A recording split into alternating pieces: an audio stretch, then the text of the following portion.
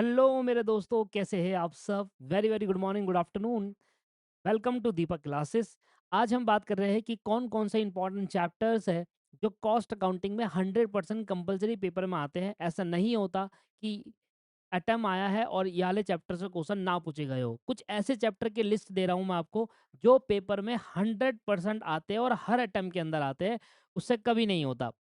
जैसे कि सबसे पहला चैप्टर आता है सर, इसमें समय भी कम लगता है और आपका कोर्स भी जल्दी होता है। इसको बोलते हैं स्टैंडर्ड कॉस्टिंग।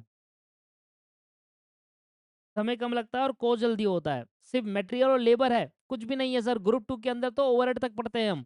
यहाँ पर सिर्फ मटेरियल और लेबर है। स्टैंडर्ड कॉस्टिंग सबसे कम समय लगता है और टाइम भी जल्दी टाइम कम लगता है और जल्दी हो जाता है। ये आपका 100% पेपर में आएगा। दूसरा आपका मार्जिनल कॉस्टिंग पेपर में 100% आएगा, कभी नहीं हुआ ऐसा नहीं आया हो। और बजट, ये 3 चैप्टर जो है जो 100% पेपर के अंदर आते हैं।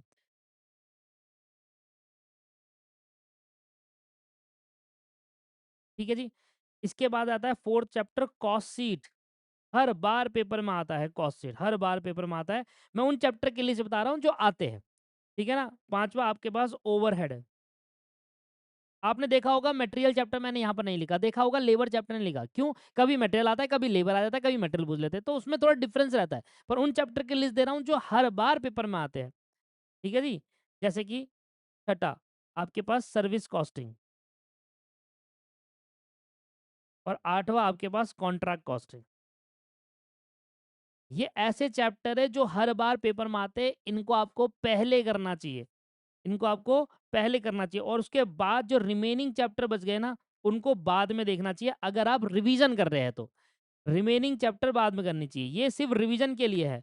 अगर आप इन चैप्टर को पहले प्रेफ़रेंस देंगे, तो आपके अच्छे मार्क्स आएँगे और आपको अच्छा स्कोर भी मिलेगा सर।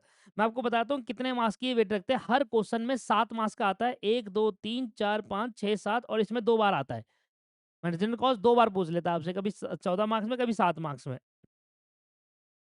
49 मार्क्स की कवरेज रखते हैं ये आपके पास। 1 मिनट।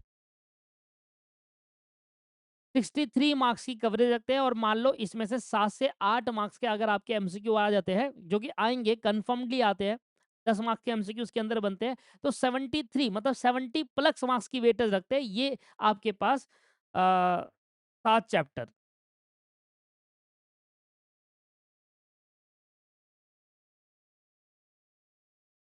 जैसे कि अब मैं आपको बता दूं, जैसे मटेरियल है, लेबर है, कभी मटेरियल आ जाता है, कभी लेबर। जैसे process costing and joint and by product, कभी उन दोनों में से डिफरेंस रहता है। रिकंसिलेशन और इंटीग्रल अकाउंटिंग और नॉन इंटीग्रल, इन दोनों में से रहता है। तो ये जैसे जॉब कॉस्ट शीट में जॉब कॉस्ट शीट भी हो सकता है, कॉस्ट शीट पर होता है वो कॉस्ट शीट ही है।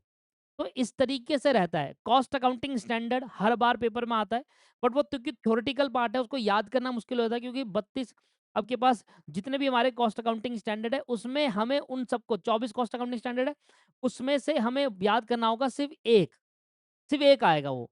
तो वो थोड़ा मुश्किल हो जाता है, इसलिए मैंने उसको इंपॉर्टेंट में नहीं डाला हुआ। बाकी अगर कॉस्ट अकाउंटिंग स्टैंडर्ड आप याद कर सकते हो तो उसको करिए, वो भी इंपॉर्टेंट से आता है। तो इन सब की जो वेटेज है वो 70 प्लस की वेटेज रखते हैं ये चैप्टर्स।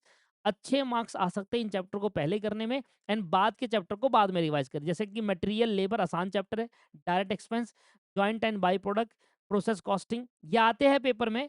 पर इनमें वो रहता है, कभी जॉइंट एंड बाई प्रोडक्ट पर ही प्रोसेस आएगा, कभी रिकंसिलेशन, कभी इंटीग्रल नॉन इंटीग्रल, ऐसे डिफरेंस ही रहता है इनमें।